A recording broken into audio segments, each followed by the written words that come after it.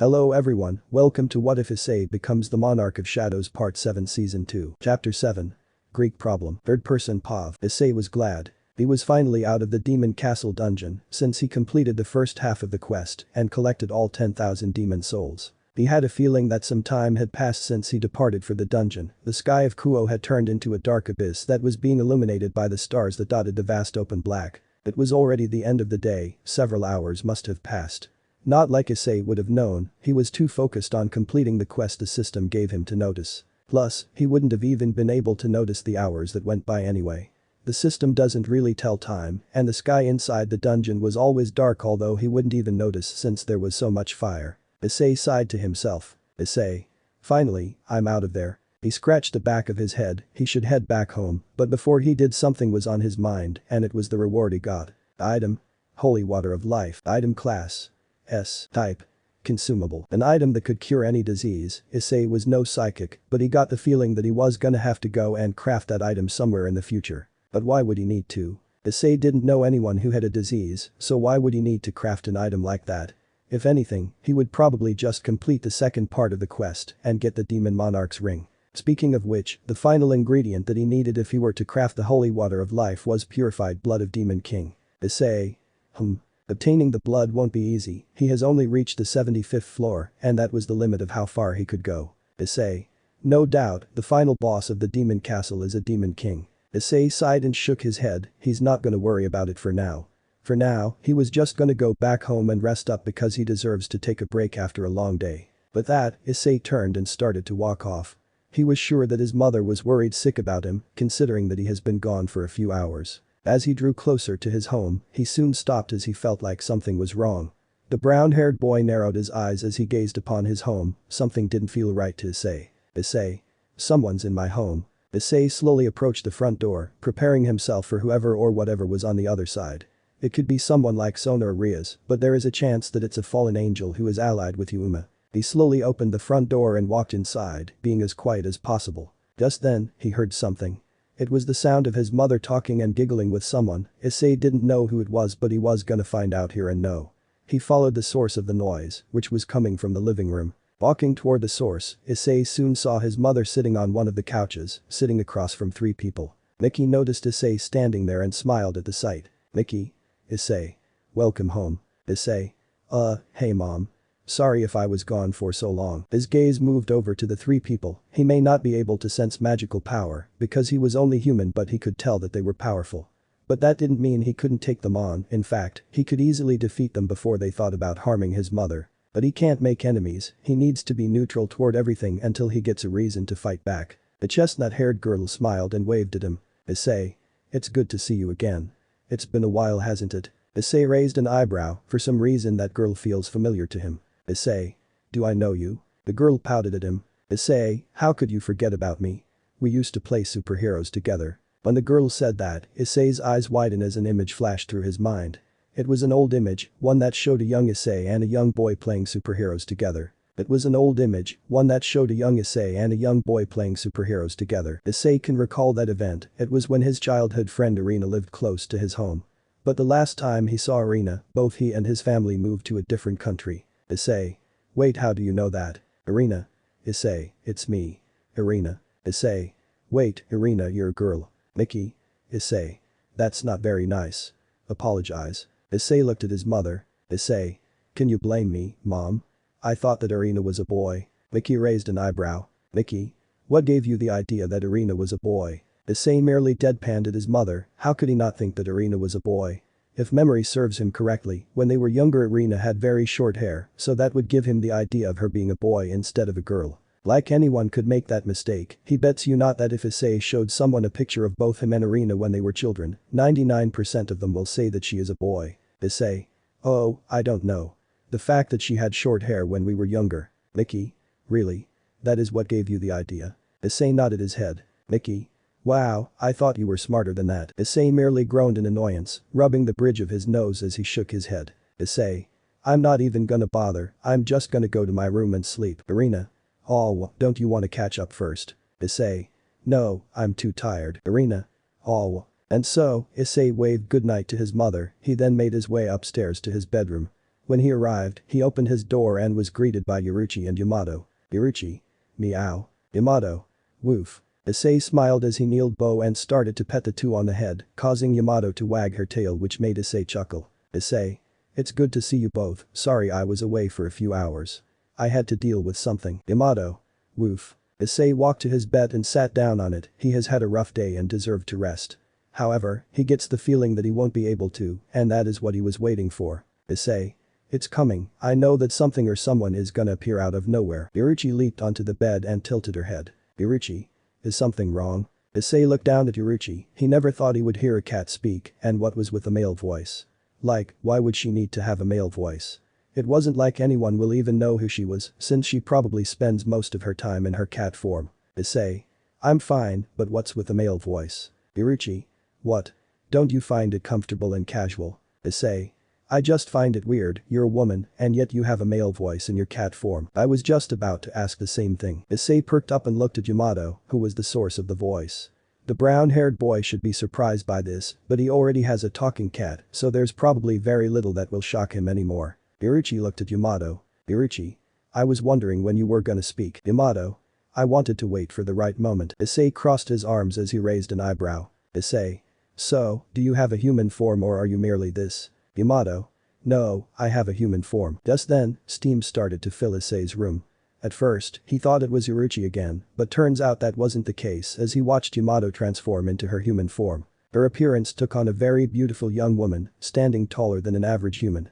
She has long, white hair that was bound between orange rods into a ponytail at the back, which fades into aqua green, and then blue the further down it goes and ends in rectangular locks. Yamato also had large orange eyes with prominent eyelashes, wears gold hoop earrings on both ears, and had horns on the top of her head which are mostly red, but gradually become more flesh-colored toward the base. Her outfit consisted of a sleeveless white garment with a diamond-shaped design on both sides, and an indigo, wisp-patterned bottom half.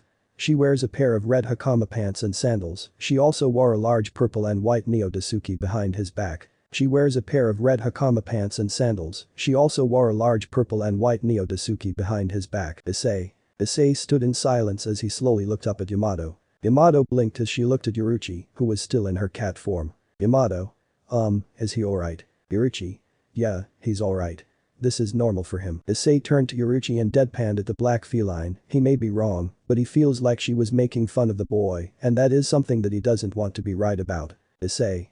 Are you making fun of me? Yuruchi. No, what makes you think that? Issei crossed his arms, he really shouldn't bother with something like this, since he has just returned from what could be best described as hell. Although there was still a part of him that was feeling uneasy. He just felt like something was gonna happen, but he wasn't sure what yet. It was only a feeling that was not going away. Issei. So Yamato, why were you in the familiar forest? Yamato. I went there to train and become stronger. Issei. You want to become stronger? Aren't you already powerful? Yamato. I am, but that didn't mean I was just gonna lay around and do nothing. Issei nodded his head in understanding, if he were in Yamato's position, then he would probably do the same thing. Although, there was a difference between him and Yamato. She was born with great strength while Issei had to earn him. Sure, Yamato said that she went to the familiar forest to grow stronger, but nothing she has done can compare to the amount of sweat and blood Issei had to lose in order to get where he was now. He has died already, almost died numerous times, and felt his entire body feel like it was on the brink of destroying itself. Issei has suffered, but he has not allowed that to break him. Yamato. But then something happened that made me meet you. Issei. What was it? Yamato. All I'll tell you is that I sensed a terrifying familiar aura that made me run away and I met you. Issei narrowed his eyes, he gets the feeling that will be important later on. Better keep that in mind for the future, just in case. Issei. I see. Just then, Issei sensed something coming toward him. In an instant, he reached his hand out and grabbed what was coming at him. Both Yuruchi and Yamato were surprised by this action as they saw Issei holding an arrow in his hand. Yuruchi.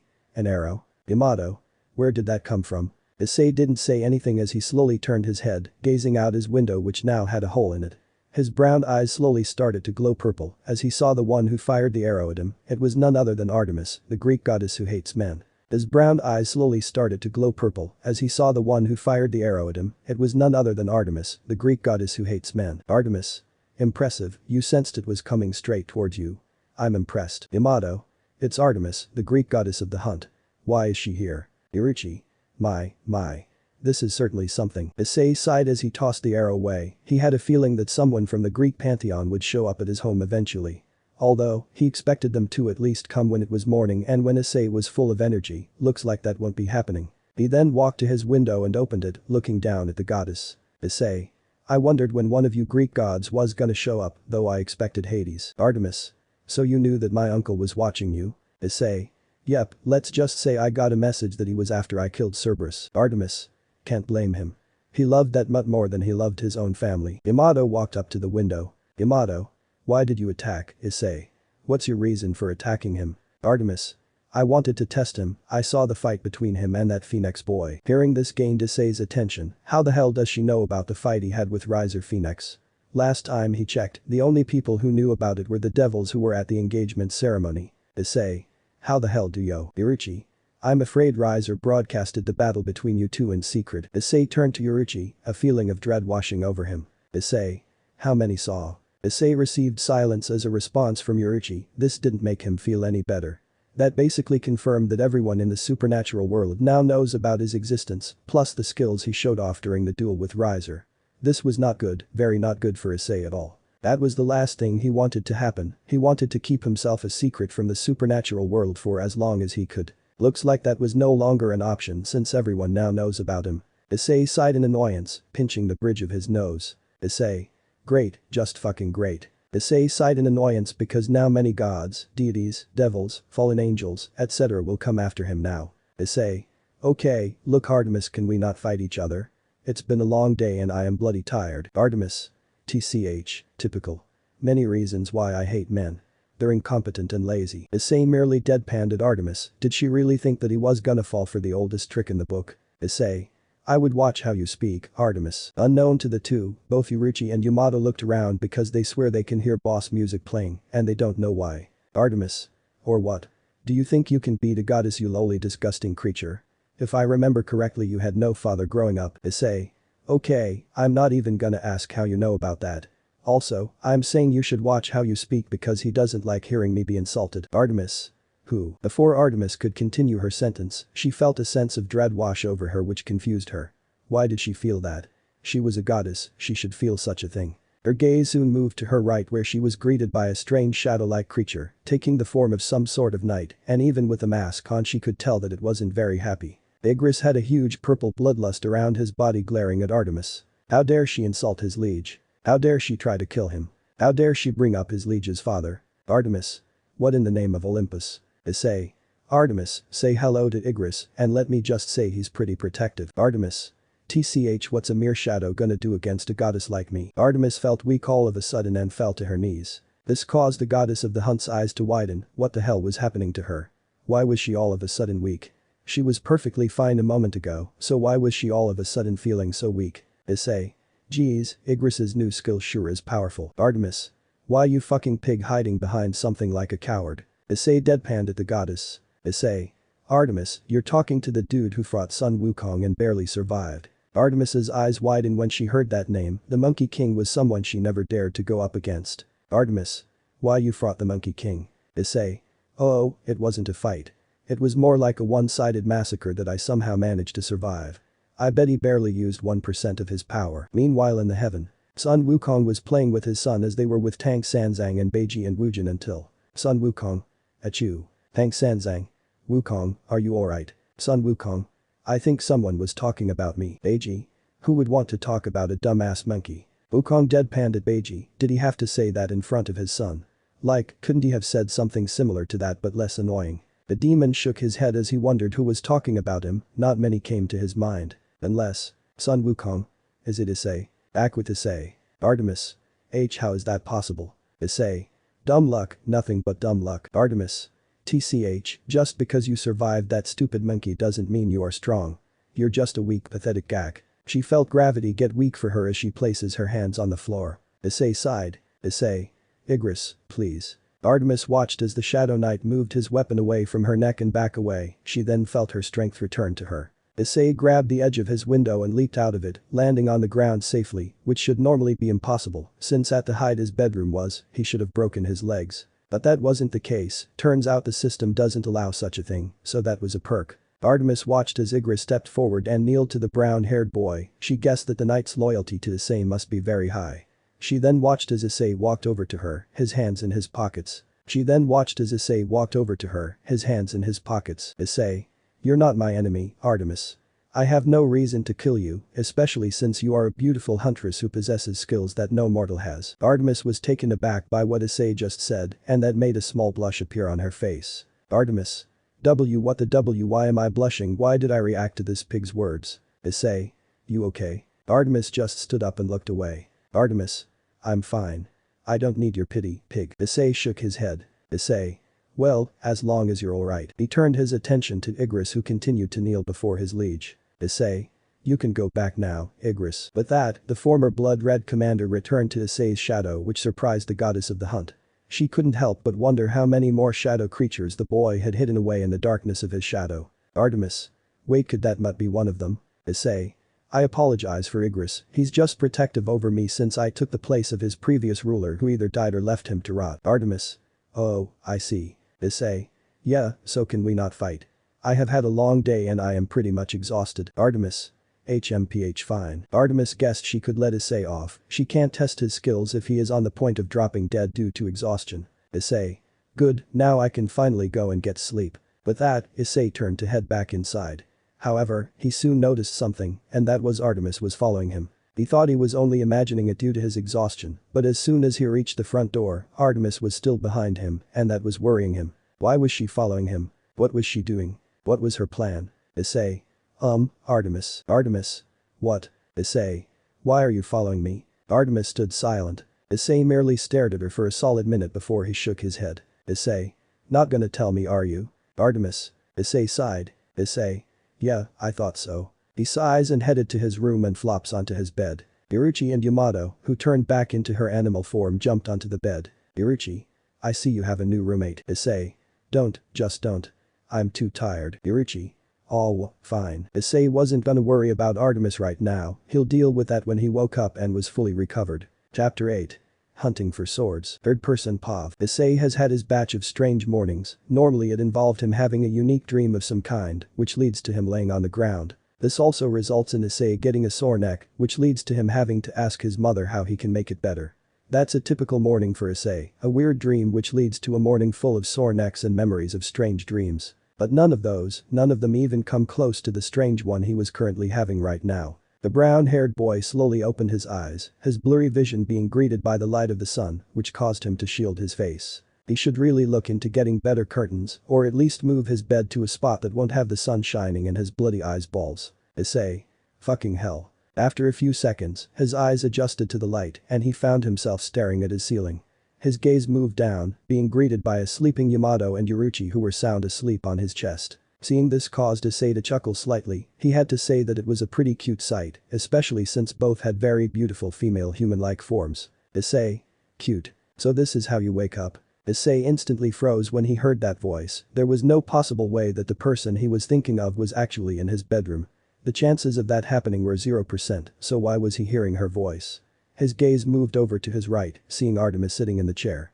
The goddesses of the hunt were staring at Issei, her arms crossed as her bow and arrows sat next to the chair. Issei. Artemis. Issei. Artemis. Issei soon let out a small sigh, pinching the bridge of his nose. Issei. Why are you in my room, watching me sleep for that matter? Artemis. I'm curious how men like you sleep. Issei deadpanned. Why the hell was Artemis, the goddess who is known to despise all men, was wondering how he sleeps. That made absolutely no sense to Issei because that just goes against everything that Artemis is known for. She isn't called the virgin goddess for nothing, or was that a different goddess? Issei. Seriously? You should know that people sleep the same way I do. Artemis. Still, you interest me, which is a first. Issei. Thanks, I feel so special. Issei shook his head as he slowly got out of bed, causing both Yuruchi and Yamato to wake up from the loss of their pillow. Artemis watched as Issei stretched, getting a satisfying crack sound as he placed a hand under his shirt and scratched his chest, showing off a few of his abs to Artemis. The goddess has seen abs before, a lot actually, since she has seen gods like Ares and Hercules walk around with bare chest out. She doesn't see the point of having them, finding them totally worthless. Issei headed towards the bathroom until he stopped and glanced behind to see Artemis following him. Issei. Can you not follow me into the bathroom? Artemis. Why? Issei. Cause it's weird, plus why would you? Aren't you known as the virgin goddess Artemis? Yeah, why? Issei deadpanned. Issei. Have you really not pieced it together? Artemis tilted her head in confusion. Artemis? Is this some kind of male trick? Issei face-palmed himself, either Artemis was messing with him or she was very dense. That is supposed to be the male protagonist's job, but he has to remember that this wasn't an anime or a manga. This was real life. Issei shook his head as a screen appeared next to him, he was wondering what was taking the system so dang long to give him his daily quest. Daily quest.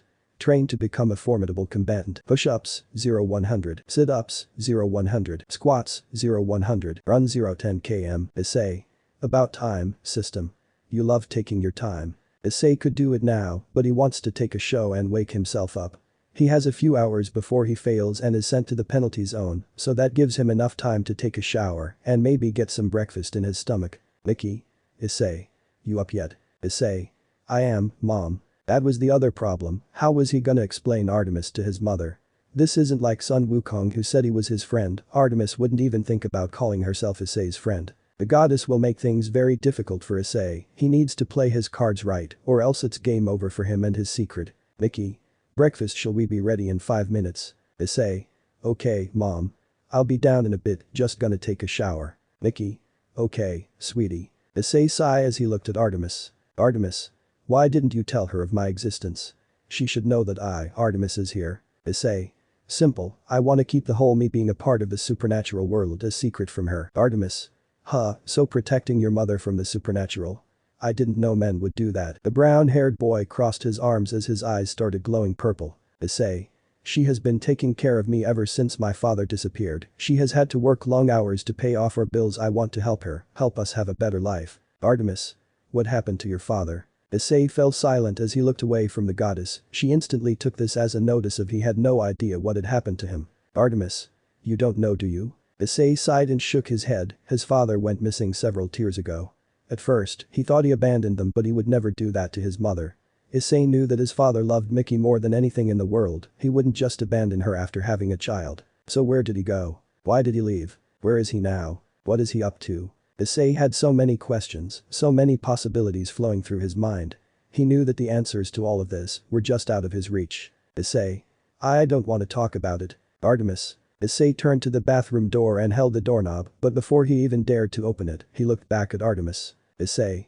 Can you please just stay out here and out of sight from my mom? It was already hard enough when Sun Wukong showed up. Artemis eyed. Artemis. Fine, fine. With that, Issei entered the bathroom to finally have a shower and get his day started, because he gets the feeling it was gonna be one hell of a day. Time skip. Issei was jogging towards Kuo Academy, wearing his school uniform and having his backpack.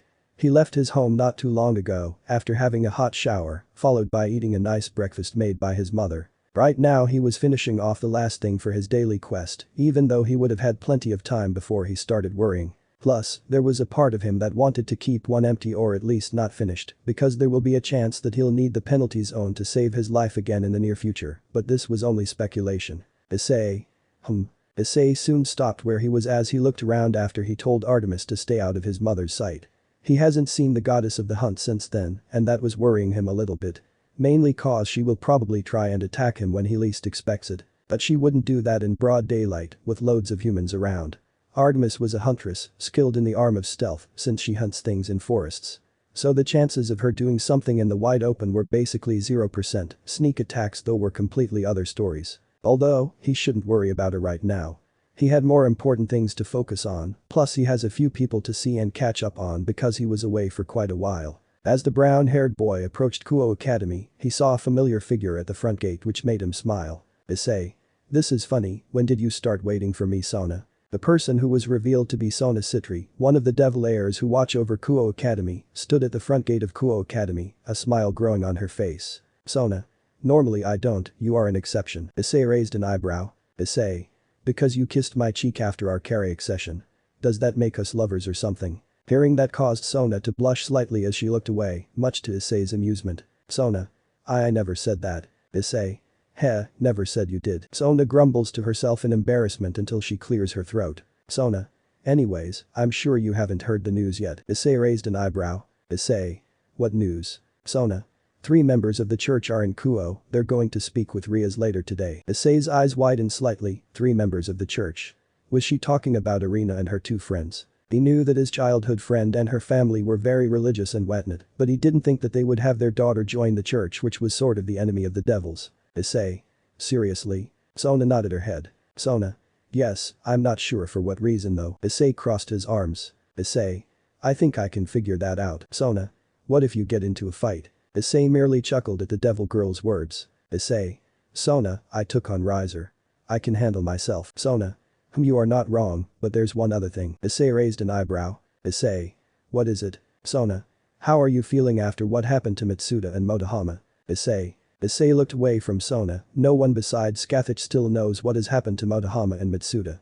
To everyone in Kuo Academy, the status of the two boys is missing, and Issei was pretty sure that nearly every girl in the school wouldn't even care that they were gone. Sona. You miss them, don't you? Issei sighed and nodded his head, but he knows very well they were not gone as they were with him literally. Issei. Yeah, I do. Sona. I'm sure we'll find them, Issei. Issei. I hope so. Sona hugged a brown-haired boy, holding him tightly as he hugged her back. Sona. I'm here for you, Issei. I know. Sona. If you ever need anything, and I mean anything, just come and see me. Issei chuckled as he grew a small smile. Issei. Sure thing, Sona. Sona smiles and nodded before walking off as Issei frowned and glanced at where he and his friends normally sat. He let out a small sad sigh. He was gonna miss the old days. The fun times they had together, the mischief they would get into.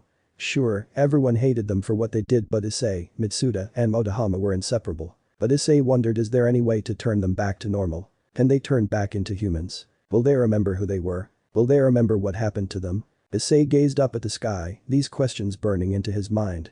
Maybe he'll get his answers once he finds the one who made the system. Issei. Until then I gotta keep using it. Issei then headed inside the school and made his way toward the classroom. Time skip. Issei yawned as he scratched under his shirt. Issei. Finally. School has ended and it was time for everyone to pack their things and go home, but Issei wasn't, because he was making his way over to the occult research club. He was gonna see what this fuss was about. Hopefully, no one thinks about killing the other side, because that was the last thing that Issei wanted right now. As soon as Issei arrived at the old school building, he made his way inside and upstairs to where the clubroom and the meeting were being held. When he arrived, he started knocking on the door. Knock. Knock. Knock. Riaz. Who is it? Issei. It's me, Riaz. Riaz. Oh, come on in, Issei. With that, Issei opened the door and walked inside the clubroom. When he did, he was greeted by a shocked Irina, with the same being said for the blonde-haired girl, while the blue-haired girl held a firm gaze at him. Irina. Issei. What are you doing here? Isn't it obvious, Irina? The chestnut-haired girl looked at her companion. Irina. What are you talking about, Zenobia? The girl named Zenobia stared at Issei with a stern expression, her eyes locking onto his brown eyes. Zenobia. He's with the devils. Issei. Way to state the obvious. This made Irina gasp as she looked back at Issei. Irina. Issei, is it true? Are you a devil? Silence filled the room as Issei stared at his childhood friend, but the silence was soon taken away when Issei started laughing like he heard the funniest joke ever. Issei. Sorry, but the look on your face is hilarious. Irina pouted and crosses her arms as Issei wiped a tear from his eye. Issei. No, I am not a devil. I'm still human. Irina. Then why are you with them? Issei merely smiled as he looked over Asterias and the others. Surprisingly, Kiba wasn't with them, which confused him. Maybe he was running late. Issei. They are my friends. Irina. So you replaced me? She asked, crying hysterically, causing the boy to deadpan as he remembered she was like this in their childhood. Issei. Yeah. What did you think, I would go to school and have no friends? Irina. I thought I was your best friend. Issei sighed. Issei. You're my childhood best friend, big difference. Irina. Oh. Issei couldn't help but shake his head as he walked over to Ria's side and stood next to Kaneko, who was eating a chocolate bar. Issei raised an eyebrow at her. Just where the hell was she getting all of those sweets from? Like, he doesn't see any pockets on her outfit, and it isn't like she's storing them inside her ass. Issei. Strange. He looked at Zenobia. Issei. Now, I believe you have a meeting. Zenobia. You're right. She turned her attention to Riaz. Zenobia. Thank you for agreeing to speak with us. My name is Zenobia. Irina waved at everyone. Irina. And I'm Irina Shidu. The blonde-haired girl stood forward and gave everyone in the room a polite bow. Asia. I'm Asia Argento. A substitute nun of the church. Issei felt something strange from her, but he wasn't sure what it was. It didn't feel like holy energy, but more on the line of life energy. Riaz. It's a surprise that followers from God want to speak to a devil. Irina. It does seem random. Here's the thing. The church has 6 swords that we can account for, 3 are still with the church, and the other 3 was stolen by fallen angels. This shocked everyone except for Issei, who didn't know anything about what swords they were talking about, but he figured that it had to be serious. Zenobia showed the wrapped up thing that she had on her back, which was obviously a sword. Zenobia. These are the ones that are left, they were made from Excalibur. This one is mine, the sword of destruction. Irina then reveals some sort of white cloth around her arm. Issei sensed powerful holy energy from it. Irina. And then there's the one I have here. It's known as the Holy Sword of Mimicry.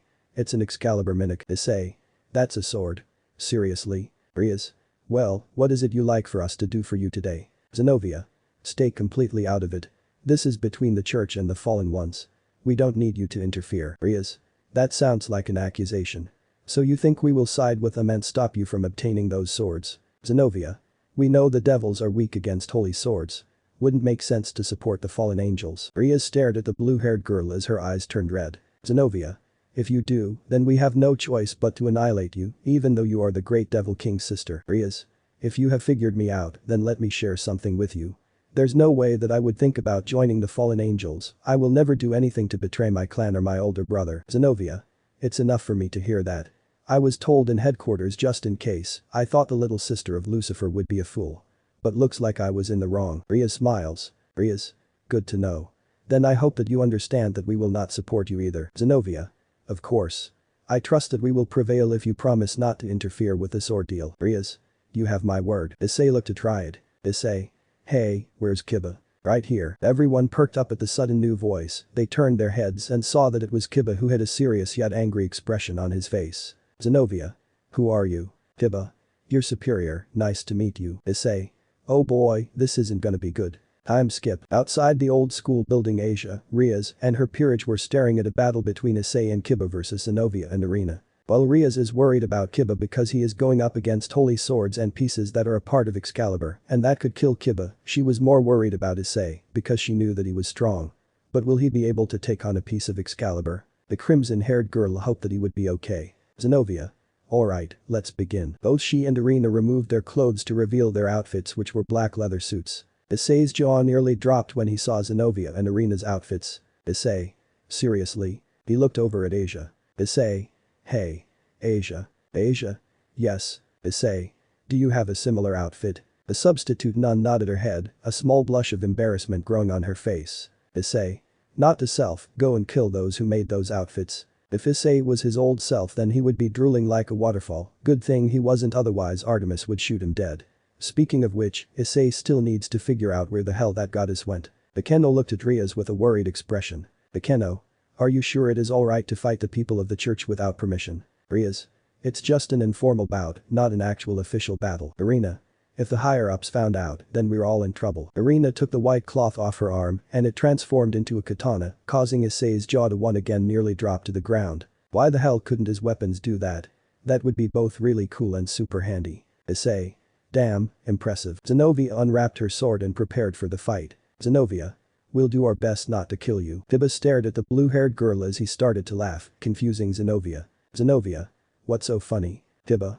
It's because the one thing I want to destroy has appeared willingly before my eyes. At that moment many swords appeared from the ground. Kiba had a power called Sword Birth. It allowed him to create any sword he desired and could change them in mid-combat. Zenobia.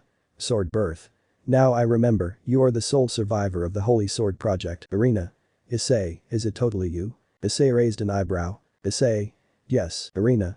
I feel like fate is making fun of me. The best friend I grew up with is with the devils. Why is this happening? Issei couldn't help but sweat drop from TT, the chestnut-haired girl's words. Why did she have to make things so dramatic? Irina. My one goal is to wield a holy sword, move far away and help those around me. God must be testing my will to overcome this dramatic heartbreak. If I prove I'm strong enough, then I can be much closer to him. Issei. Yeah, whatever you say. Irina, I'm really sorry, Issei. This hurts me much more than it hurts you. But your sins will suffer the wrath of my Excalibur. She charged toward Issei, who just remained where he was. He watched as she jumped into the air with the sword above her head. Irina. Amen. Issei smirked. Issei. I don't think so. Just then, Issei summoned one of his daggers and blocked the incoming attack. This shocked Irina because she never thought any weapon could withstand a piece of Excalibur, especially a small dagger. Issei gently kicked Irina away before dodging a few more strikes from the katana. Irina. How are you dodging all this? Issei smirked. Issei. You're not the only one who has changed over the years, Irina. On the sidelines, Asia, Riaz, and her peerage continued to watch the battle before them. The Keno. Just being touched by a holy sword is a huge disadvantage for Kiba. Riaz. Kiba's speed can manage her, but Issei is the one I'm worried about. Kaneko. He seems to be fine. Riaz. I know, but you gotta remember. He's human and a sword is still a sword. Irina continued to unleash a barrage of slashes upon Issei, who effortlessly blocked them. He was so glad that he leveled up. If he faced Irina when he was just starting out, he would have been dead already. He won't lie, Irina was a very skilled opponent. She has probably had tons of battle experience with a sword, while he only has a few weeks to a month of experience with his daggers. Irina. How are you blocking all my attacks? Issei smirked. Issei. What can I do? I'm just good, but you freaks really do love those toothpicks you call swords. Irina got annoyed by Issei's words. Irina. They are not toothpicks. Another smirk grew on Issei's face. He was about to end his childhood friend's whole career. Issei. They're toothpicks. Say what? Irina. What? Issei. Ha. Irina pouted cutely. Irina. Damn it. Everyone deadpanned at what the two were doing. They were definitely childhood friends and were morons as well. Issei. Okay, I gotta say. That face you're making is both hilarious and cute. Irina blushes. Irina. I am not cute. Issei couldn't help but chuckle. Oh, how the tables have turned. He recalls the number of times that Irina teased him when he still thought that she was actually a boy rather than a girl. She didn't do it often, but there was a lot of time she teased him and it would always lead to a good laugh or two. In fact, he was pretty sure that her father nearly passed out from laughing so much. Those were some very good times, memories that he will always cherish until the day he no longer breathes. Issei, looks like the tables have turned. Irina. Remember when you used to tease me when we were little? Irina. Oh yeah. I remember when I teased you about we'll get married one day. When the chestnut-haired girl said that, Riaz and her peerage members' eyes widened from what they had just heard. Did Irina just say that she teased Issei about the both of them getting married? As in, being together forever? The only ones who didn't hear the two childhood friends speaking were Kiba and Zenobia, who were still locked in their own fight. Issei. Yeah, I found it weird since at that time I thought you were a boy. Irina. Still don't know how. Issei. The hair, you had short hair. Kaneko's eye twitched as she dropped her candy bar, which she would never do under any circumstances. The Keno had her typical smile, but behind that smile was a sinister aura that caused Asia to slowly move away from her out of fear. Riaz merely clenched her hand into a fist at the very idea of Issei getting married, but there was a part of her brain that wondered what it would be like to marry the brown-haired boy. Issei. Why do I feel like I need to run later? Irina. The chestnut-haired girl turned her head and saw Zenobia. Behind her was Kiba, who laid on the ground. Issei had to say, he was surprised that Kiba was taken down this quickly. He would have thought the boy had more fight in him, looks like he was mistaken. Zenobia. It's time we get going now. Irina. But, I can still fight. Zenobia. It doesn't matter, we have a mission to do. She then looked over at Asia. Zenobia. Asia, we're going. Can you make sure that I am in fighting shape? Asia. Oh, yes Zenobia. Asia walked over to her two partners as Zenobia wrapped her sword up and Irina turned her holy sword into the white cloth again. The blue-haired girl then looked at Riaz. Zenobia. Remember what we talked about, Lady Gremory. They then put on their cloaks and started to walk off, but they were soon stopped by Riaz. Riaz.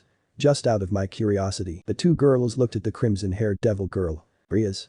If you don't mind telling which fallen angel stole the 3 Excaliburs. Zenobia. Yes, we know who did it. The leader of the Grigori, his name is Kakabiel. This gained shocked expressions from Riaz and her peerage. Issei on the other hand looked over at the devils, confused as ever. Issei. Who are the Grigori? The Keno. A fallen angel faction. Riaz. The two of you are after a leader class. Are you planning to die? Zenobia. We do what we must to keep the fallen angels from the holy swords. I'm willing to trade my life to annihilate them. Irina. We understand the anger, there was already one casualty. One of the priests that should meet us was killed. This gained Issei's attention and he raised an eyebrow. Issei. A priest. That doesn't sound right. I know who it was. Everyone turned and saw Kiba, who weakly stood up. Kiba. He was killed by a man named Fried. Riaz. You had a run-in with him? Kiba nodded his head. Issei. Fried, I forgot about that sociopath son of a bitch. Riaz looked at Issei. Riaz. You too. Issei sighed and nodded his head. His encounter with Fried wasn't recent like Kiba's. In fact, it happened 2 days after he took down the first instant dungeon that the system gave him. During that time, Fried mistaken Issei for a devil and attacked him. But when he showed no signs of anything related to devils, he just bounced, and that was it. Their battle may have been short but was entirely one-sided because that psychotic priest was more skilled than Issei ever was. This is why he hopes to never run into that lunatic again. The last thing he wants is to listen to Fried's creepy and annoying voice. Issei. He was one insane motherfucker in the head. Arena. Issei. Language. Issei. English and Japanese. Zenobia turned and started to walk off. Arena. Zenobia, wait. The chestnut-haired girl looked at Issei. Arena. It was good to see you again, Issei. I'm glad you're still the same sort of. With that, she turned and began to run off after Zenobia. Asia. It was wonderful to meet you all, I hope we can all meet each other again soon. With that, Asia went off after her two comrades as Issei put his dagger away. That was certainly something else, never in his life would he say he fought his childhood friend. Riaz. Where are you going, Kiba? This gained everyone's attention as they looked over. Riaz. You do realize that I will not permit you to leave me. You are a knight of the House of Gremory. Kiba. I know, President, and I'm sorry. With that, Kiba began walking off. This made Riaz and her peerage worried about the blonde-haired boy. Issei. Oh boy, that's not good. Akeno. Should we go after him? Riaz sighs. Riaz. Let him be, I just hope he doesn't do anything stupid. Issei. Why does Kiba hate these holy swords so much? Riaz. It's a long story. Issei crossed his arms. Issei. I got time. Time skip. Currently, both Issei and Riaz were back inside the occult research club. The brown-haired boy was sitting across from the devil girl. Riaz. Holy swords are the most dangerous weapons against the devils. Simply touching one burns a devil's body. More importantly, being cut by a holy sword means instant death to the devils. The truth is a holy sword can annihilate a devil. Issei. Geez, talk about intense. Riaz nodded her head. Riaz. It is. The fact that those who can use one are extraordinarily rare is the sword's biggest weakness. The church tried what they could, they tried to raise people artificially. Perhaps to wield Excalibur, then they could annihilate devils everywhere. She then looked away with a serious expression. Riaz. It's known as the Holy Sword Project. Issei. The Holy Sword Project. Riaz nodded her head. Riaz. They took young orphans from the street and many more to see if they're worthy of wielding holy swords. Issei already knew that this story wasn't gonna end well, it was just a feeling, but one that he has felt before. They always say that you can't have success without sacrifice, breaking a few eggs as they would put it. Issei. Let me guess none were worthy. Riaz nodded her head. Riaz. The project was shut down, and the children were to be terminated, but Kiba managed to escape. Unfortunately, those he called friends had died in the process. Hearing this caused Issei to remember the moment that both Mitsuda and Motohama died right before his eyes, the feeling he felt during that moment. The helplessness. The uselessness. The attempt to keep his two friends alive. Issei knew what was Kiba feeling, he too missed his friends, but there was a difference between them both. Kiba seeks revenge on a sword that was responsible for his friend's demise, and Issei got revenge on the one who killed his two buddies, but what good did it make? Issei still felt empty inside. He felt like the revenge he had against the I-Self leader didn't matter. In reality, the one Issei should have was not the monster but himself. He failed. He failed to protect them. He was such a failure. Issei. So, Kiba experienced what I felt. Issei let out a sad sigh. Issei. Thank you for telling me, Riaz. Riaz nodded her head as Issei stood up from the couch. Riaz. Are you okay, Issei? The brown-haired boy merely smiled at the devil girl. Issei. Yeah, I'm perfectly fine, Riaz. No need to worry about me. Riaz knew something was wrong, but decided to keep quiet. Riaz. If you say so then. With that, Issei made his way out of the occult research club. He walked in silence as he left the grounds of Kuo Academy, slowly making his way toward home. With each step he took, he felt himself slip a little adrift off to either the right or the left. The boy was deep in thought with all that has just happened today, his childhood friend showing up, Artemis appearing out of nowhere, Kiba's backstory, and so much more. His head was killing him, his throat was sore, and his eyes felt heavy. He needed to go and lay down before something happens. So that is what he did, he slowly but surely made his way toward his home. Issei entered the house and stretched his body. Issei. I'm home. Mickey. Welcome home, sweetie. I'm in the kitchen. Issei. Okay, Mom. Issei made his way upstairs toward his bedroom. When he arrived he opened it and was greeted by Artemis. Artemis. About time you showed up. Issei deadpanned. Issei. Were you waiting for me? Artemis. What do you expect? I couldn't go anywhere because mortals can't see me. Issei pinched the bridge of his nose and sighed. Issei. So you just sat in my bedroom all day? Don't you have like a forest to hunt some animals? Artemis. Learning about men is more important. Issei groaned as he knew she was gonna be like a fly that will annoy someone. Issei. Great, another thing to worry about. Mickey. Issei. Dinner's ready. Issei. Coming, Mom. With that, Issei made his way back downstairs to go have dinner. He hoped that wherever Kiba was, Issei hoped that he was doing alright. The blonde was strong and skilled in swordsmanship on a level that makes Issei look pathetic. However, Issei just can't help but get the feeling that he was gonna face someone very strong. Chapter 9. Battle of Kuo Part 1. Third person Pav. Issei was certainly in a bind right now. He was sitting at the table, eating dinner with his mother as he was deep in thought. The events that have happened recently have been, what's the word? A lot to take in. Not only was the second quest of the Demon Castle dungeon on his mind, but there were also the events that are going on with Kiba, Irina, and her comrades, and getting answers to who or what made the system, and why they chose him to have it. Issei just couldn't wrap his head around all of this, he could feel a migraine slowly coming as he tried so hard to think of an answer to his many questions. However, he knew that he can't answer them all himself, and he gets a feeling that neither Rias, Yuruchi, Yamato, Scathach, or Artemis will be much help. He guessed that for now, he'll have to go into all of this blindly. Mickey? Are you okay, sweetie? You're awfully quiet. Issei? Huh? Oh, yeah. I'm fine, Mom. Mickey? Are you sure? You've barely touched your food. Issei looked down at his plate, she was right, he had barely touched anything. He thought he was eating, but it looks like all this thinking had distracted him. Issei? Why yeah, I'm fine. Just thinking is all. Mickey? Well, if you're not hungry for that then I circa. Just then, Mickey stopped what she said as she started coughing. Issei was a little concerned about his mom, which soon turned into full-on panic when he saw his mom cough up blood. She coughed up blood. Issei? Mom? Issei immediately stood up and moved over to his, placing his hands on her shoulders. Issei? Are you okay? Mickey? I'm okay SW. She coughed again. Issei felt a spread of worry in his stomach as he placed a hand on his mother's forehead, but he immediately retracted it as he felt that his mother's head was burning. Issei? Mom, you have a fever. Not only that, she looked paler and paler than the last time he saw her. He knew that something wasn't right, he just knew it, but Issei didn't think too much about it because he had to go and face Riser Phoenix. Damn it, he should have seen this coming.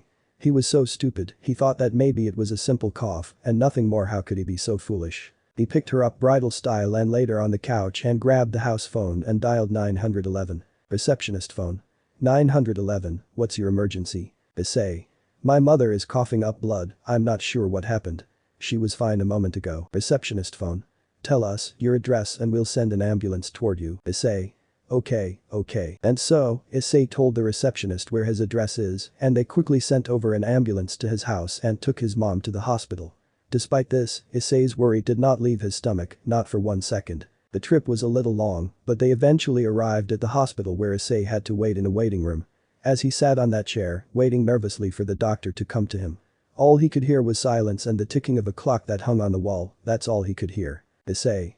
Please be okay. He continued to wait for someone to come to him, waiting for some sort of good news about his mother's health. He waited, and waited, and waited, and waited, and waited, and waited, and waited. Issei.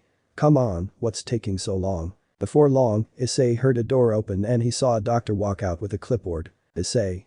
How is she? Doctor? Young, Haidu. Your mother. Issei. Tell me she is okay. The doctor sighed. Doctor? She appears to be healthy, but she has some sort of illness that I do not recognize, and after a little bit she slipped into a coma. Hearing all of this filled Issei with nothing but dread. Did the doctor just say what the brown-haired boy thinks he said his mother was in a coma? No, that can't be true. There's no way that is correct, she can't be in a coma. She was perfectly fine and hadn't ever gotten sick before, he should know, since he has done basically everything with her for years. Issei. That can't be right, she was perfectly fine 2 weeks ago. Issei could feel his heartbeat increasing by the second, he felt like his whole world was spinning, as the ticking of the clock was now replaced by the beats of his own internal organ. Issei. How long will she be in the coma? Doctor? I don't know. It might take months, but let's hope it doesn't take years. Years. Issei slowly gulped at the thought of his mother being in a coma for years. Any regular person would worry about how he was gonna survive on his own, now that his mother was in the hospital. But Issei wasn't worried about that, he could handle himself and he has enough gold to turn into money. That should last him and pay for the medical bills for a good while, maybe a few months to a year or two. But none of that mattered, what did matter was how he was gonna help his mother. Issei. I see, thank you, doc. Can I see her? Doctor? Of course, right this way. The doctor led Issei into the room where his mother was. When he arrived he was immediately greeted by the sight of his mother, who was laying in a hospital bed, in a coma. Issei. Mom. He walked over to her and sat on a chair next to her, tears threatened to escape from the boy's eyes, as the doctor who led him here decided to give the two some time to themselves. He had seen this all before, loved ones laying in beds, while the others try their best to not burst out crying. It was an event that many have taken part in unintentionally, even those who do not wish to cry. Issei. I'm sorry because of me, you overworked yourself so we can live a good life. Issei gritted his teeth as small tears started to stream down the boy's face. He shouldn't cry, his mother would want him to cry, but he just can't help it. This was his mother, for God's sake. She had nothing to do with him being involved with the supernatural world, and yet for some reason she has an unknown illness that has caused her to go into a coma. It made no sense, she has never shown signs of this before. Unless. Issei's eyes widen as it finally hit him, she never showed signs of this when he was just a regular human. But after he obtained the system, things have been getting crazy, such as what is happening right now before his eyes. Issei. The system. Was it the system? Was it the cause of this? Did it make his mother sick? It had to be, until he got the system. Issei had a regular life where he lived as a normal teenage boy. But after meeting the fallen bitch Rainer and getting impaled, the system came out of nowhere and saved him. Issei. So if I didn't. Issei placed a hand on his face as he could hear his heartbeat inside his ears again, this time louder and faster. If he didn't accept the system offer, sure, his mother would be heartbroken that he was gone, but she would be in a coma, she would be living her life. Issei. Damn it. Issei stood up and gently kissed his mother's forehead. Issei. I promise I'll find a way to wake you up, Mom. Just give me time. With that, Issei turned and made his way out of the room, as his eyes had mixed emotions in them. They looked cold and dead, but they were also filled with anger and determination. He will make sure to find a way to cure his mother, and if anyone gets in his way, they will end up dead. Time skip. Issei was walking down the streets of Kuo as he had his hands in his pockets. He was minding his own business when he bumped into someone. Issei. Oh, so wait. Saji. Kaneko. Right in front of him were Kaneko and Saji. This confused Issei because if memory serves him correctly, those two are not friends at all. Kaneko. Issei-senpai. Saji. Oh, Issei. What are you doing here? Issei deadpanned. He could tell that Saji was freaking out about something. Issei. Alright, what are you two doing? Cause you both are not friends, the chances of you two being together are basically trying to take anything from infinity. Kaneko. Well, we might as well tell you. Take a seat. Issei shrugged his shoulders, his day was already shit, so might as well see what was going on. He sat down, luckily the trio was near a store that had seats for everyone. Issei. Alright, what's going on? Kaneko. Me and Saji were thinking of finding the holy sword users and that nun, along with finding any clues of the pieces of Excalibur. Issei crossed his arms. Issei. Why? Didn't Ria say that she was gonna stay out of their way? Saji. That's what I said. But she insisted we do it. Kaneko punched Saji's shoulder, causing the blonde-haired boy to groan in pain. Issei. Kaneko, what's the real reason you are doing this? I know you and you wouldn't do this to help the church. Kaneko. I don't want Kiba to disappear. Issei. What? Disappear? Kaneko nodded her head. Issei gets the feeling that it has something to do with Kiba's hatred for the swords. He guesses that Kaneko's worried that he'll just leave Kuog and never return. Now that he thought about it, that did sound really bad. Issei. So, you want to help Kiba and you dragged Saji along? Kaneko nodded her head as she looked down, a look of sadness on her face, which made Issei sigh a little. He was already dealing with enough shit, but he guessed that he'll have more to deal with now. Issei. Well, I'm coming too. Kaneko. Really? She looks at him with happiness in her eyes. Issei smiled at the white-haired girl as he gave her some head pats. Issei. Hey, I may not know Kiba all that well. But I'm not gonna let him do something to get himself killed. Kaneko. Thanks, Issei-senpai. Issei chuckled. Issei. No problem, Kaneko. Happy to help. Saji. I am going to die by Sona when she finds out. Issei. Oh, quit your whining, Saji. Saji just silently sulked to himself, babbling on about who knows what, which made both Issei and Kaneko roll their eyes. Issei. Alright, so we gotta find Irina and her two friends. Kaneko. Should be too hard. Issei. Yeah, it's not like we're just gonna find them begging for money. Time skip. Kaneko deadpanned as Issei facepalmed himself, groaning in annoyance much to Saji's amusement. He looked at the boy. Saji. You were saying. Issei. Saji shut up. Ahead of the trio was Irina and Zenobia, who were begging for money while Asia was sitting on the sidelines embarrassed. Zenobia. Oh, blessings on the wandering sheath before us. Irina. We are pitiful when compared to you, O Lord. Please have mercy on us, dear Father. Asia. Oh, dear. Issei shook his head as he walked over to the trio, gaining their attention. Irina. Issei, what are you doing here? Issei deadpanned at his childhood friend. Irina. What? Issei. What the hell are you three doing? Asia. We need money, so we're asking for donations. Issei raised an eyebrow. Did they seriously go on a mission with no money? Issei. Did you three seriously come here with no money? Zenobia. We had money, but Irina thought it was a good idea to spend it all on a stupid painting. Issei looked next to Irina, who was laughing nervously and saw a painting right beside her. Issei. Seriously? You bought a painting of Jesus? Irina. Why yeah. Issei facepalmed as he grabbed Irina, Zenobia and Asia and began to drag them off. Issei. Let's go. Asia. Where are we going? Issei. Somewhere I'm gonna lose my money. Kaneko and Saji looked at each other before they shrugged and followed behind Issei. Where they were heading was quite simple, a restaurant where Issei told the trio that they could order whatever they wanted and he would pay for it. Sure, it would tear into the money he has been saving up from all the gold he's collected, but it would be worth the sacrifice. However, the brown-haired boy didn't expect was the trio to order 3 of everything from the menu and devour it all as their lives depended on it. However, the brown-haired boy didn't expect was the trio to order 3 of everything from the menu and devour it all as their lives depended on it. Saji. This kinda reminds me of Dragon Ball. Zenobia. So delicious. Don't you agree this is heaven? Irina. It's like food for the soul. Asia. Agreed. Issei silently sulked to himself, he couldn't already hear the cries of his wallet. Issei. When was the last time you 3 ate? Zenobia. 4 days ago. Issei facepalmed once again, why was he not surprised? After eating the whole food the 2 swordsmen and the nun were silent. Zenobia. What just happened? Even if this builds our faith, a human who is friends with the devil saving us must mean the end of days. Irina. We practically sold ourselves to them. How will we ever be forgiven? Issei. It means so much how you thank me for buying you food. Irina. Lord, please. Have mercy on these kind souls, even if they are devils. After Irina finished her prey, Kaneko and Saji held their heads in pain. Saji. Ow. We don't need God's blessing. The chestnut-haired girl laughed nervously as she rubbed the back of her neck. Irina. Sorry, a force of habit. Zenobia. So, what do you 3 want? Issei. We want to help you destroy Excalibur. Zenobia. What? Issei. You heard me, we want to help break a sword. Zenobia. Explain, why? Issei began to explain to Irina, Zenobia and Asia their reason for wanting to help them. The church members had mixed reactions to what they heard. Irina was still surprised that her childhood friend wants to help her on her mission. Asia felt her heart skip a beat when they said that they want to help their comrade, reminding her of the time she helped so many people, no matter what they were. Zenobia was skeptical because working with devils would be going against the church's ways. However, she has to remember that Issei was not a devil, he was a human who was allied with the devils. Zenobia. I understand the situation. I don't mind of you taking care of 1 sword. Asia.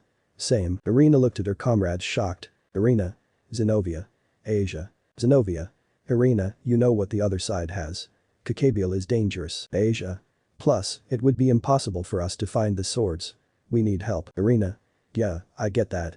But they're devils. Zenobia. We have a 30% chance of returning home. Irina. Yeah, but we knew the risk before we got here. This isn't anything new. Zenobia. True, we were sent here by the higher-ups. Fully prepared to sacrifice our lives for the sake of our sacred cause. Issei chuckled. Issei. Looks like you 3 got one thing wrong. This gained the church members' attention as they looked at the boy. Issei smirked as one of his eyes started glowing. Issei. None of you are dying, not while I'm still alive and kicking. This made the 3 women blush and their hearts skipped a beat. Irina. He's definitely my knight in shining armor. Time skip. But the agreement with the church members, Issei wondered how they would be able to get a hold of Kiba, who was probably still searching for the swords. However, turns out he was at a certain park that Issei knew all too well because he had died at that very place. At first, the blonde didn't want to listen, but they managed to convince him and explain their plan to him. Kiba. I get it, but I am quite disappointed that someone who could wield an Excalibur would approve of their destruction. Zenobia. Speaking of disappointing, didn't you recently abandon your place in the House of Gremory? Asia. Zenobia. That's mean. Kiba glared at the blue-haired girl. Zenobia. If that's the case, then stray, which means you can be executed. Kiba. You're welcome to try if you can. Both Kiba and Zenobia were gonna go for their weapons, but they both stopped as they felt a surge of bloodlust engulf not just them, but Irina, Asia, Saji, and even Kaneko, which made their eyes widen. They turned to see Issei with a menacing look. Issei. Enough. Kiba and Zenobia dropped to their knees and felt like they couldn't get up due to the bloodlust. Issei. We're not here to fight each other, got it? The 2 reluctantly nodded. Issei calmed down and the bloodlust stopped, but the others were still shocked by what had just happened. Saji. What the hell was that? I've never felt something like that. Kaneko. Such bloodlust. Asia. Scary. Irina. Issei, how much have you changed? Zenobia looked at Kiba. Zenobia. I know you resent the Holy Sword Project and what they did, I completely understand. That incident was viewed with great distaste by those currently with the church, we know, and that is why the one responsible was punished. Irina. His name is Galileo Valper, he's also known as the Archbishop of Annihilation. Kiba narrowed his eyes. Kiba. I know him, he's the one responsible for everything. Asia. He's not alone, Zenobia did mention that there's one who's serving under him. The stray priest. Issei crossed his arms. Issei. You mean that lunatic Fried? Irina looked at Issei. Irina. I still can't believe you know him Issei. Issei. I don't, all I said was I encountered him and he was one crazy son of a bitch. Zenobia. Did he have a sword that gave off a huge amount of holy aura? Issei. Not when I faced him. He just had a rip-off lightsaber. Zenobia. He must have obtained the Excalibur during the time difference between you both. Asia. It's uncommon for there to be an illusion between those who were banned from the church, there's a high possibility that Valper is involved with what's going on. Kiba. Well, after hearing that. There's no reason for me not to cooperate with you. Irina. Yay. Then I guess it's decided then. But that Irina, Zenobia and Asia made their way off and left Issei with the three devils. Saji. This isn't good news. This is not good news at all. Not only could we have been killed, but we could also have been responsible for another war with the church. Issei slapped the back of Saji's head, causing the boy to grip his head in pain. Saji. What was that for? Issei. Cause I felt like it. Kiba. Issei. Issei turned and looked at Kiba. Issei. Yeah. Kiba. I want you to stay out of this. Issei. Kiba. This is my revenge, I won't allow any of you to get involved. Kaneko. But Kiba-senpai. Kiba. No Kaneko, I wouldn't forgive myself if anything happened to you all. Issei walked up to Kiba and placed a hand on his shoulder, making the blonde look at him. Issei. I do not know the horror you had to endure Kiba, but I won't stand idly by when I know I could do something to stop this madness. Kiba. Issei. Kiba sighed and knew there was nothing that would convince him. Kiba. Alright, you can help. Issei. Good, cause I wasn't taking no for an answer. Meanwhile, sitting at the dock of a harbor was Azazel, who was sitting down and doing some fishing. He hummed to himself as he waited to get a bite, but a red glow illuminated behind him which made him smile. Azazel. You really do love dropping by, do you, old friend? Azazel looked behind him and saw the man who has been the father of Issei Haidu and husband of Miki Haidu. Sorry for the sudden visit. Azazel. Oh, and what's wrong? Certainly, you didn't come to see little old me. The man sighed and shook his head. I just get the feeling that something is happening to my family. Azazel. Well, doesn't your son possess the power of your old comrade? Why do you keep thinking that he and I are comrades? Azazel chuckled. Azazel. Well, you both do hate the monarchs. The man pinched the bridge of his nose and let out a small sigh. Sometimes I want to pluck your wings. Azazel. Oh, don't be like that. We're so close. And you made this weird. Azazel just laughed at the man's words, much to the latter's annoyance. Back with Issei. Currently, Issei, Kaneko, Kiba and Saji were disguised as priests and walking down the street to try and bait out Fried and his accomplices. Saji. Do we have to wear these? Kiba. Yes, lately priests have been getting killed every night and I found out Fried was the one who did it. Issei. You won't have to worry for long, Saji. I get the feeling we're close. The group continued their walk until they arrived at a very familiar place, the location where Issei watched Riaz and her peerage take on that stray devil. The sight of the building nearly made the boy chuckle, which certainly bring back memories. Suddenly, Issei stopped as he sensed something coming toward them. Issei. Above us. We got company. Everyone looked up to see Fried who was holding a holy sword, most likely the Excalibur that was taken. Fried. Hey troop of priests, I'll show you the way to heaven. He soon stopped and recognized Issei, which took him by surprise, but then he grew a smirk. Fried. Well, I'll be. Is that you Issei? Issei, hello lunatic. Fried chuckled. Fried. Wow, long time no see. Quite a strange reunion. Issei. HMPH. Fried. Oh, what's wrong? Not happy to see little Almi? Issei. When was I ever? Issei summoned his dagger, Kiba summoned his sword, Kaneko got into a fighting stance, and Saji summoned something onto his arm. Fried. Oh, my. 5-on-1 in a single night. I'm overwhelmed with my popularity. Kiba. Don't get too excited, I'm your only opponent. Issei. Like hell you are. With that, Issei launched himself toward Fried as the two clashed their weapons together. The stray priest had to say, he liked Issei's new weapon, and he was certainly surprised by how durable it was since he was using an Excalibur. Fried. Not bad, you certainly grew. Just then, Fried disappeared from Issei's point of view, but the boy merely narrowed his eyes before Fried reappeared behind him and swung his sword down. However, much to Fried's surprise, Issei was able to stop the attack of his Excalibur by using his other hand. Issei. This the so-called Excalibur? Looks like a toothpick. He kicked Fried away as he twirled his dagger around, the priest then raised his sword. Fried. Some people call this sword the Heavenly Excalibur rapidly, I call it the super fast sword. Issei. Do you ever shut up? Freed disappeared as Issei did so as well. Kiba soon joined his comrade as the three men were moving very fast. They went so fast that they looked like mere blurs to Kaneko and Saji. Saji. I don't think I can catch up to them. Kaneko. Same here. She pulled out her phone and started to call Irina, Zenobia, and Asia. Saji. Hang on Issei, Kiba. I got you. Line go. Saji fired a blue energy line from the black and purple item from his arm, it then wrapped around Freed's leg and made him fall onto the roof. Saji. What do you think? It's called the absorption line or you can call it my sacred gear. Issei. So that's a sacred gear? Saji pulled the line, keeping Freed held down as he tried to cut it, but couldn't. Freed. Damn it, must be one of those dragon ones. Hearing that gained Issei's attention once again, a dragon sacred gear. That made him wonder, are there any other dragon sacred gears? Issei. Maybe I can ask Wukong, Artemis, Scathach, Yamato or Rias about them. Freed. Damn it. How am I supposed to cut this? Struggling are we Freed? Everyone perked up as they saw an old man come out of the building. Man. Oh, Freed. It looks like your use Excalibur could still use some brushing up. Freed. Oh, it's old man Valper. Hearing this shocked everyone as Kiba glared at the man. Issei. So that's him. Kaneko. He's the mastermind behind the Holy Sword project. Kiba. Valper gaily. Valper looked up at Kiba. Valper. The one and only. Freed. The one and only what? Old man, make yourself useful and help me get this lizard tongue off my leg. Valper. You need to put all your energy into the blade of the sword. Freed blinked as he looked at his weapon, a grin slowly growing on his face. Freed. Oh, is that all I gotta do?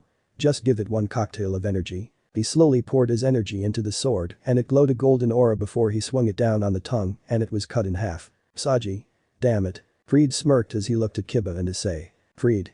Now then, where were we? Both Issei and Kiba got into stances as they held their weapons tightly, they weren't sure how this was gonna go now that his weapon was energized. Freed leaped toward them and brought his blade down upon them, but Zenobia came in and blocked the attack with her Excalibur of destruction. Issei. Zenobia. Freed. What the? Suddenly, Asia came out of nowhere and delivered a powerful punch to the stray priest's cheek which launched him back. Irina then arrived and downward kicked Freed into the ground. Issei. About time you three arrived. Irina. Sorry we're late. Saji. How did you? Saji looked at Kaneko who had a small smirk. Saji. You didn't. Kaneko took out her phone. Kaneko. I called them. Zenobia. Valper. Give us the sword and surrender yourself and Freed to God's wrath. Freed growled. Valper.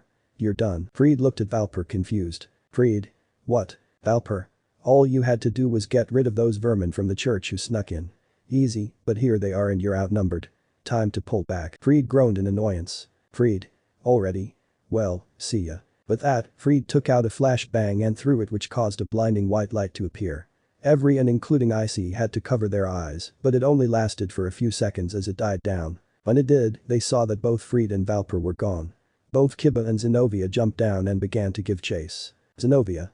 Irina, Asia. Let's go. Irina. Zenobia wait up. Asia. We're right behind ya. Irina and Asia followed shortly after her and Kiba, leaving Issei, Kaneko, and Saji behind. Issei. What the hell did I just see? What, indeed? Issei. The trio looked behind them and to Saji's horror, a magic circle had appeared and standing on it were both Sona and Rias who didn't look happy at all. Issei. Well shit, good thing I'm not a devil. Saji. Oh, shit. I'm dead. Issei looked at Saji and smirked. Issei. Sucks to be you, devil boy. Saji. Oh, fuck you, Issei. Issei. What are you? Gay? Saji. Issei laughed, he could hear the trigger sound effect coming from Saji, and it was hilarious. Time skip. A day or two have gone by after the small battle with Freed. Currently, everyone was in the club room and Rias had a serious expression on her face. Issei. So, Kiba hasn't contacted you? Akeno. No, not even on time. Rias. The good news is that the people he's with are pretty skilled, I figured they can take on a stray priest if they run into one. Issei silently listened, it wasn't Freed who he was concerned about since he was a pushover. He was worried that Kiba, Asia, Irina and Zenobia ran into this Kakabial person. Suddenly, the crimson-haired girl stood up from her chair as she sensed something. This gained everyone's attention as they looked at her. Akeno. What's wrong? Rias. I sense my familiar calling me. Let's go. Ria's peerage nodded as they got ready to teleport. Issei hopes that the others were okay. Everyone got on and teleported away. When they arrived they saw Ria's familiar in human form. They also saw Irina lying her head on Ria's familiar lap, her outfit almost destroyed as she was covered in bruises. When he saw her, Issei's eyes widened. Issei. Irina. Everyone rushed over to the chestnut-haired girl who slowly opened her eyes. Irina. Issei. Issei. What happened to you? Where's your partner? Irina. I don't know. We got separated when he showed up. I couldn't defeat him, he was too strong. This got Issei's attention. Issei. Who is he? Irina then looked at everyone and slowly smiled. Irina. Please be careful. With that, she closed her eyes and fell unconscious. Issei. Irina. Suddenly, a blue light appeared from behind and from it came Sona, Tsubaki, and Saji. Rias. Thank you so much for coming, Sona. Sona nodded as she walked toward Irina. Sona. Of course, I came when I received your message. Issei. How is she? Sona. She's fine but she needs medical attention. She then looked at her queen. Sona. Tsubaki. Tsubaki. Understood. Tsubaki picked Irina up bridal style, she then created a teleportation circle and disappeared. Issei turned and looked at Rias, he wasn't liking this at all. Not for a single moment, something wasn't right. Issei. You think Zenobia and Asia are alright? Rias.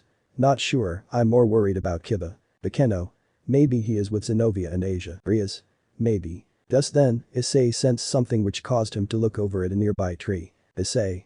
Come out. I know you're there. Everyone looked at him confused, but before anyone could say anything, Fried came out from behind a tree. Fried. Geez, how the hell do you know where I am? Issei. Fuck you, that's why. Rias, Akeno, and Sona jumped in front of everyone and summoned their magical circles. Fried held his hands up. Fried. Hey. Hold on a second, don't blaze the messenger. Someone wants to talk to you, Red. Rias. Which someone? Fried grinned. Fried. My boss. Suddenly, the sky became distorted as everyone looked up and saw someone floating in the sky. The person was a man with long black hair and red eyes and pointy ears.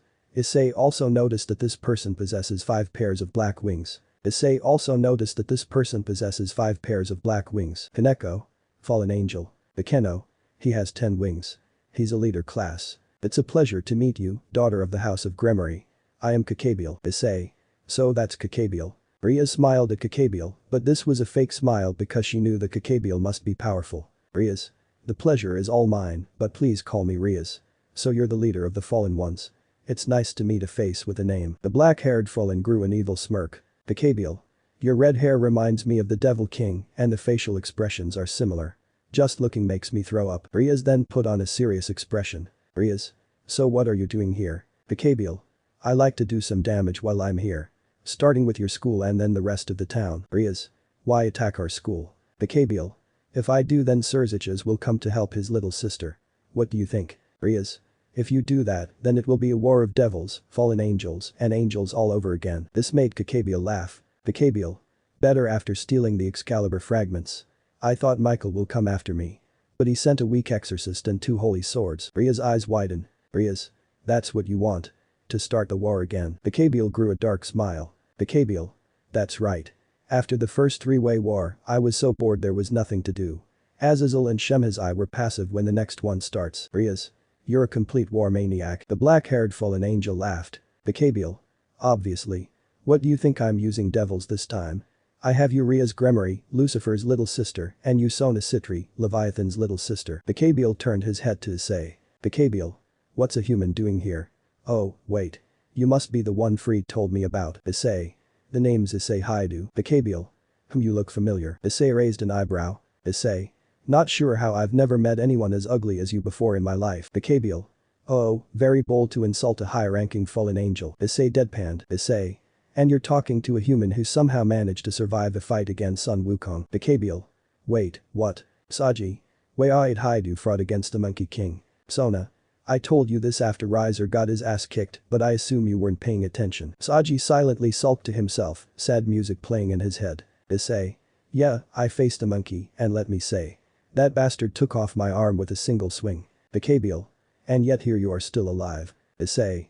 We decided to call it a draw, but he considers me to be his strongest rival. Hearing all of this increased Kakabiel's interest in Issei. Never had he met a human who could go against a legendary Sun Wukong and survive to tell the tale. Kakabiel.